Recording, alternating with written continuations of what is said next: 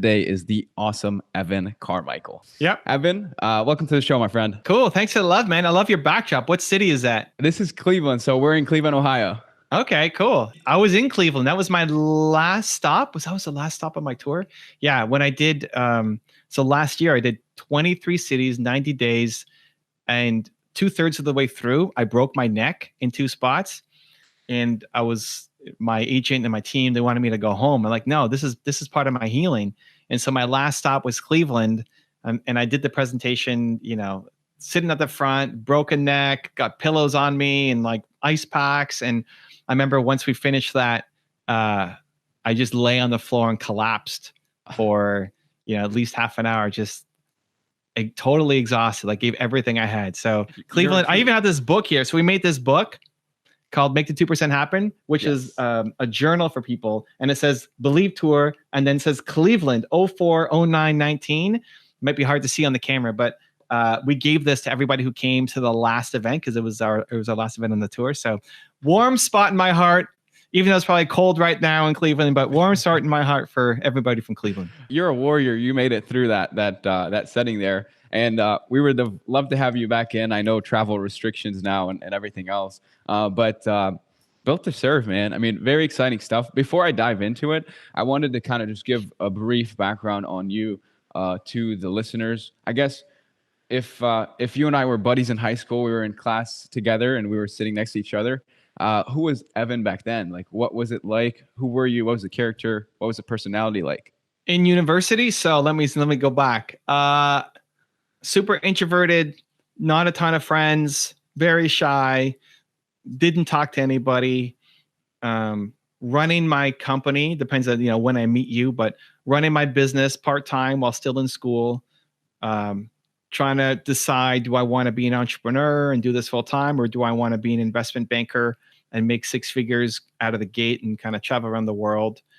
Didn't really join any clubs. Is basically schoolwork, get it done, and then go work on my business pretty much every day. That was Evan Carmichael in university, dude. There we go. Now, you did want to be a VP at a bank growing up. Did you have like a role model that was a VP? Was there a role model there that inspired? He's done his homework, guys. He's done his homework. Jad's been reading. Always. I like it. Yeah. So in my yearbook in high school, where they ask you like, where are you going to be in 10 years? I said VP at a bank. I didn't know what I wanted to do.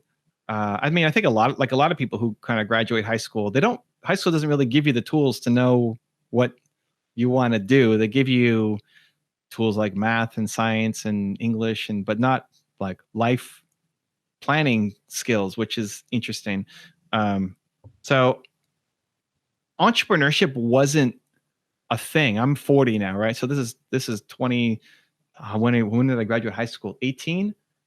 22 years ago, nobody wanted to be an entrepreneur. I mean, my friends didn't want to be entrepreneurs. It was not just part of the culture.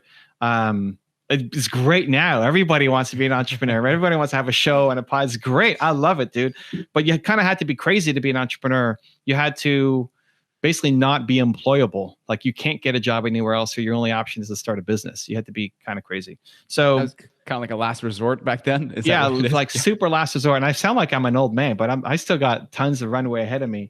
But that was the culture, and I liked money. I liked making money. I liked being the banker in Monopoly. I liked hustling my baseball cards and I just stock markets. I just liked trying to find ways to make money.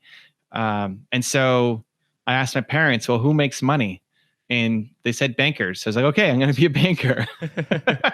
So where am I going to be in 10 years? I don't know. VP at a bank. That just kind of just made sense. So yeah, not a ton of thought or deep diving into self-awareness when I was 18 years old. Well, I was very similar growing up. So we probably would have been good friends back in high school and college days. You mentioned you were introverted. I heard somewhere you were nervous on stage. Funny enough, I had my team. I asked one of my team members here to do a little bit of research yesterday and say, hey, just make sure there's nothing that we're missing that would be interesting to put in to talk about. And I go to my teammate and I go, hey, so what do you think of anything new on Evan that I don't know? And the first thing that comes out of his mouth is like, well, he's obviously very smart. And so I chuckled there, but then it kind of right away, it brought a thought into my mind, which was kind of with entrepreneurship specifically, how much does quote unquote smarts play a role, or how much is it a factor of hard work, or maybe a mix of the two? Where does smarts or where does hard work play a factor in whether it's building a business, being successful online as an influencer, or whatever it may be? I think intellectual ability has very little to do with success as an entrepreneur.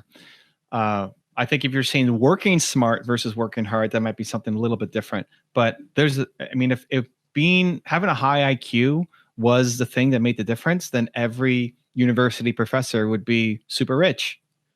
And they're not. And most of them suck at being entrepreneurs. And so IQ, I think IQ maps very poorly actually to entrepreneurship. When I was in the VC business, we were raising $500,000 to $15 million for companies. If somebody gave us their business plan and you flip to the team part of it and they had a PhD on their name, that would count as a strike against them. Like, ooh, their PhD. Yeah. Ooh. Like no street smarts. That's a big statement. Yeah. Like it's a strike against them. It's against them. Where in the typical world where you're hiring people like, oh, I got PhDs on my team, you think they're super smart. But in the entrepreneur world, and I didn't set this rule. I was 22 years old. I was just kind of following the model. That's what VCs were saying, right? These guys who are in their 60s or 70s and built giant companies and invested in tons of companies. You had a PhD, it was a strike against you. So there's very little. If there is a correlation, it might be a negative one for PhDs or super smart people becoming successful entrepreneurs. Working hard is a prerequisite for anything in life that you want to get. Working hard is your ticket into the game. It doesn't guarantee you're going to get a home run. It doesn't guarantee you're going to win, but you don't win without working hard, period. There's lots of people who work hard and never win. There's lots of people who, I think of people in my family who have jobs, who work crazy hard at their jobs and don't get, paid super, super well for it. So you can work really hard and never go off and achieve your goals. But just working smart isn't enough. I think what smart people do is often find really smart reasons why they can't win. Like, I can't win because of this. Too much knowledge, and you start to overthink, and you're kind of crippled from actually taking action because you know so much and you've learned so much throughout your college years, and so you start to overthink and overplan. And then you mentioned you have your 2% rule, which is just take action on the first with 2%. Yeah, dude. Look, it's the Cleveland book. Make the 2% happen with Cleveland right there. Make the 2% happen. So you know all this data and this information, but let's just jump right in and get started. And so planning and thinking and all this knowledge doesn't serve you until you actually start to take some action on it. I guess with as far as working hard, is there a balance? How do you kind of strike a balance between being fulfilled, but also working hard and growing? So wanting to grow and that desire to develop and grow and get to the next level sometimes carries you away from your day to day. You forget to even reflect on like, hey, I need to realize and accept and appreciate what's around me. So how do you kind of strike a balance between drive for growth as well as fulfillment on the other side? It's an interesting choice of words because I would equate a lot of my fulfillment comes from the growth that I'm getting. A lot of my fulfillment comes from like talking to you and making this show and talking about Cleveland and sharing stories and trying to help other entrepreneurs. Like that's deeply fulfilling for me. This isn't work for me. This is like the second I look at my calendar, it's like, oh man, really? I got to talk to Jad. Come on. Like if that's my mindset, I'm out. Like I'm not doing those things anymore. This is deeply fulfilling for me.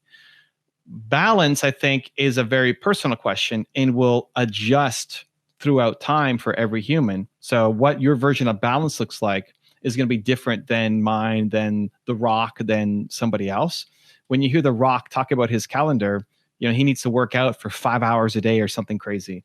And so when he's on set, he has to wake up 5 hours early to go work out. And then he'll go and do his movie.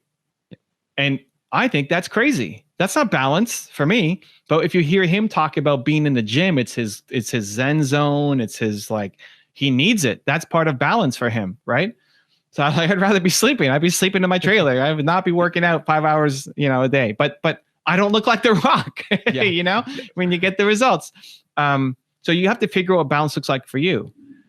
I think there are definitely moments where you can lean in on gratitude and what you've got, but also want more and strive to go and get more.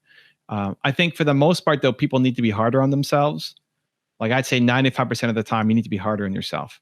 And 5% of the time, you have to be more gentle on yourself. Like when you feel like you can't go anymore, when you've actually, like I did my tour with a broken neck.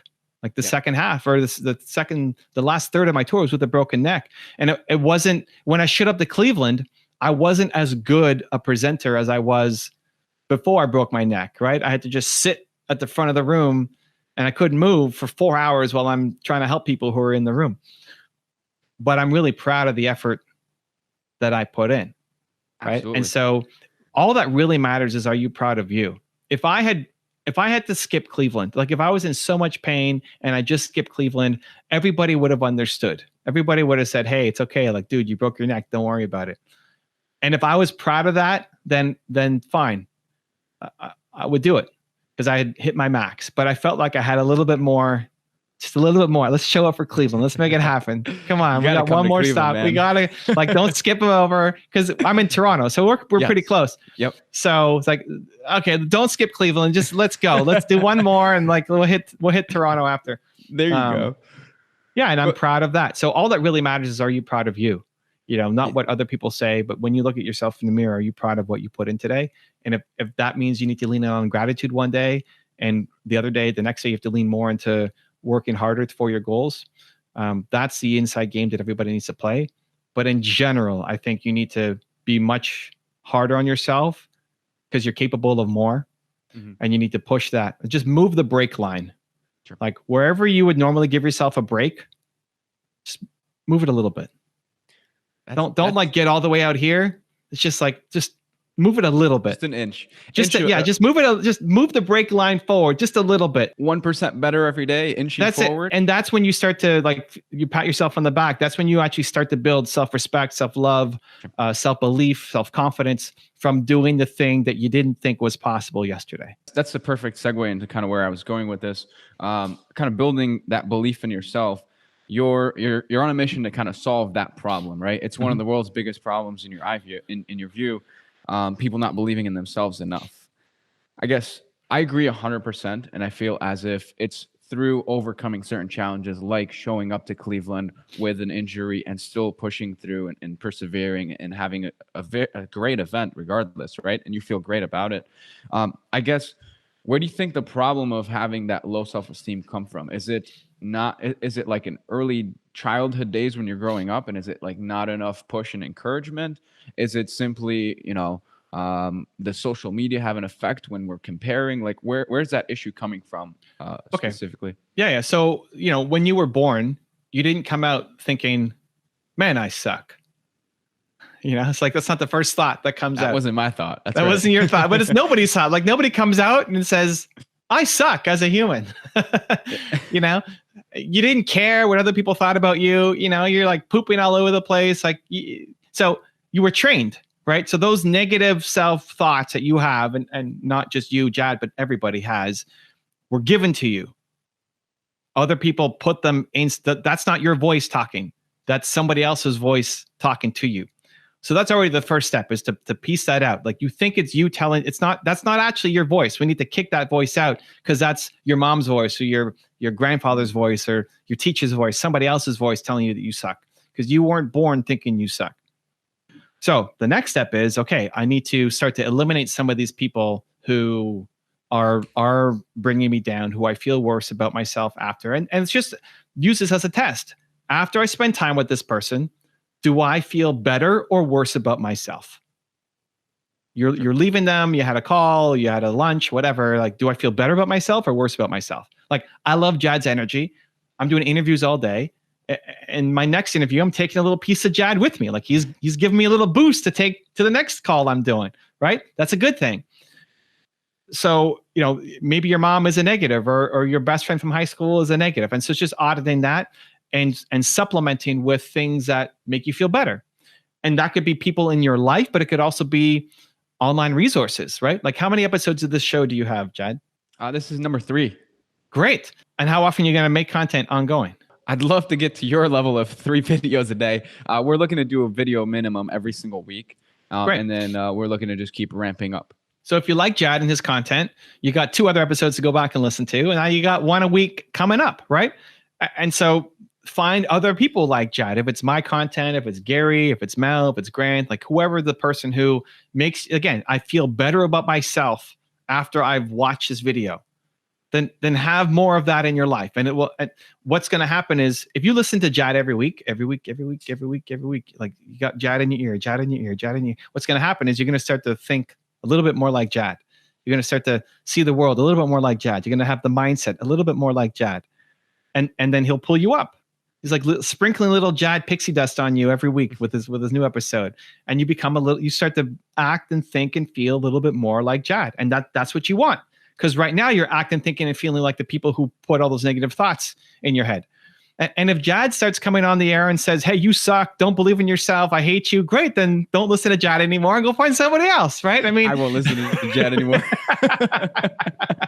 And you move on to something else. But like, that's the whole point. And whether you like me or not, there's lots of people creating content that now you can be around every day to start to lift you up. So step 1 is recognize that voice isn't yours. Step 2 is eliminate the negative voices around you and supplement it with positive voices, even if it's just aspirational from YouTube videos or books or podcasts.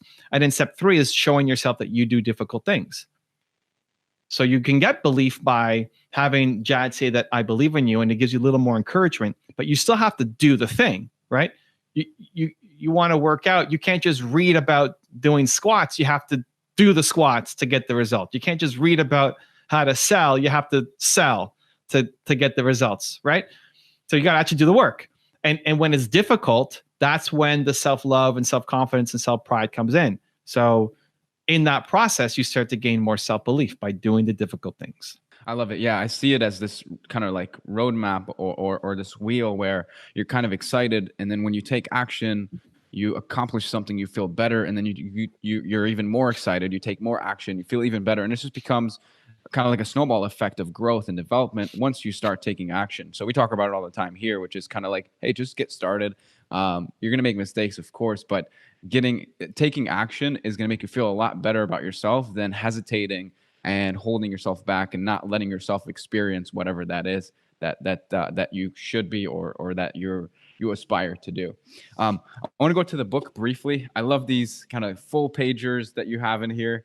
One of my favorites is the Chinese proverb. I got it right up.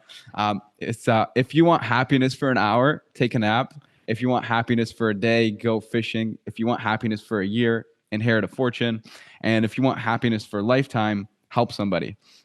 And so it's part of, us creating this content and you enjoying what you're doing, which is helping entrepreneurs. It's people, whatever they excel at and whatever they really enjoy, they get a kick out of it, and they're helping and serving through that channel. I guess, where can somebody who's kind of uncertain about the future, I love the fact that through the book and just through all of the content, the positivity, you give people hope, and that's huge. Where can people get started in finding out, like, hey, what is my purpose? What is my why? And then more importantly, like, who should I go after? Whom should be the person I serve? I mean, I think everybody finds great fulfillment in serving. And so how do we help them kind of get started in at least recognizing maybe a passion of theirs that they haven't uncovered, they haven't asked the right questions to themselves, and then to start to actually take action and serve and get that fulfillment through serving, really? Yeah, I mean, so the book will help. There's a lot of exercise in there. It's pretty cheap to pick it up, affordable. We go through a process: who, why, how. The why is your process, is your purpose. So, your why is your purpose. Your purpose comes from your pain. Whatever you struggled the most with as a human is what you want to help other people with for the rest of your life. If you think about the most painful moment in your life, not physical pain like me breaking my neck and being in Cleveland, that was a lot of physical pain, but emotional pain. When did you feel like worthless as a human being? Understand that there are millions of people right now who are feeling that exact pain that you struggled with and suffered through. Your purpose is to help them not struggle or suffer as much. So the content I make on my channel is still for 19-year-old Evan. And if you're making content, think about who Jad was 5 years ago. To say, hey, I'm going to launch a show and I'm going to interview some of my heroes and I'm going to bring them on. Like that would be an impossible thought. Like there's no way I'm going to do that.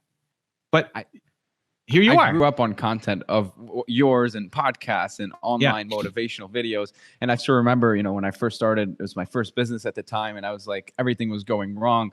All I can remember playing in my head was the positivity and the keep going and the motivation. And so I 100% agree. You kind of have to be keeping in touch there, but kind of. But listen, it's okay. So you're watching the videos. That's different than, hey, I'm watching the Evan Carmichael video versus I'm going to interview Evan Carmichael on my channel. Sure. Right? That would have never come up. Like that's an impossible thought. But you're here. Like to the Jad that you were 5 years ago or 10 years ago, that's impossible. And you're here. So you've done the impossible. Right? But that's an inspiration. You can go back. Like if you're going to go talk to Jad from 5 years ago, and you're going to tell him, dude, you're going to do all these things. It's crazy. You know what you're going to be doing in 5 years? You're going to be having this show. You're going to launch this weekly episode. You're going to be interviewing some of the people you watch on these channels. You're going to be talking to them. You're going to be getting their advice and coaching from them. You're going to be doing that, dude. Let's go. Right? So there's lots of people who are Jad from 5 years ago, and they need your help. And they may not even listen to an Evan Carmichael, but they'll listen to you. Because you've been through the pain that they are currently going through. I know we're coming up on time here. Anything for 25-year-old Evan? Anything we want to talk about in the book? Where can people find it? And then kind of some final notes there on your side, on your end. Anything for the listeners? Yeah. So, I mean, if you want to pick up the book, you can get it on Amazon. If you want a signed copy with a bunch of bonuses, you can get it off my website, evancarmichael.com. The question for 25-year-old Evan, I used to hate this question because I can't go talk to 25-year-old Evan. Like I can't do it. So I spend zero time. I'm 25 today. Give me some feedback on that. Well, here's the thing. Like, what's your most important? Did you go through the who, why, how exercise? Yes. What's your who? What's your most important core value? So mainly integrity. Okay, integrity. So if you were going to go back to 19-year-old Jad, the message needs to be integrity. What you would tell him is have more integrity. And that plays out in a bunch of different ways for Jad's 18-year-old life. And that's great. The message to your younger self is your most important core value. Like if Jad at 18 had more integrity, you'd be living a different life right now. But it's not that helpful because you can't go back to talk to 18-year-old Jad. But here's where it becomes super practical and why I ended up loving this question. 80-year-old Jad coming to 25-year-old Jad, the message is still integrity. Like the thing that you still need the most is integrity. The thing that's preventing you from the next level is still integrity. More integrity is what more belief is what I'm missing. More belief to do the next thing. Yep. And so now it becomes highly practical to say, okay, I need to have even more integrity in these areas. People will look at you and say, well, what do you mean? You have so much integrity. You're doing everything, but it's just they have lower standards for what integrity means. Sure. And if you want to actually get to the next step, it's raising your own bar for what integrity looks like in your life. And if you actually applied that, you'll become an even bigger version of Jad. I love it. Super simple, super, one word, which is essentially your who, and very simple enough to kind of get back to it. This has been a lot of fun. Thanks so much for tuning in. EvanCarmichael.com for the book. And Evan, thanks again for joining us. This was great. Appreciate you, man. Good luck. If you want to see another awesome interview I did, check the video right there next to me. I think you'll enjoy it. Continue to believe, and I'll see you there.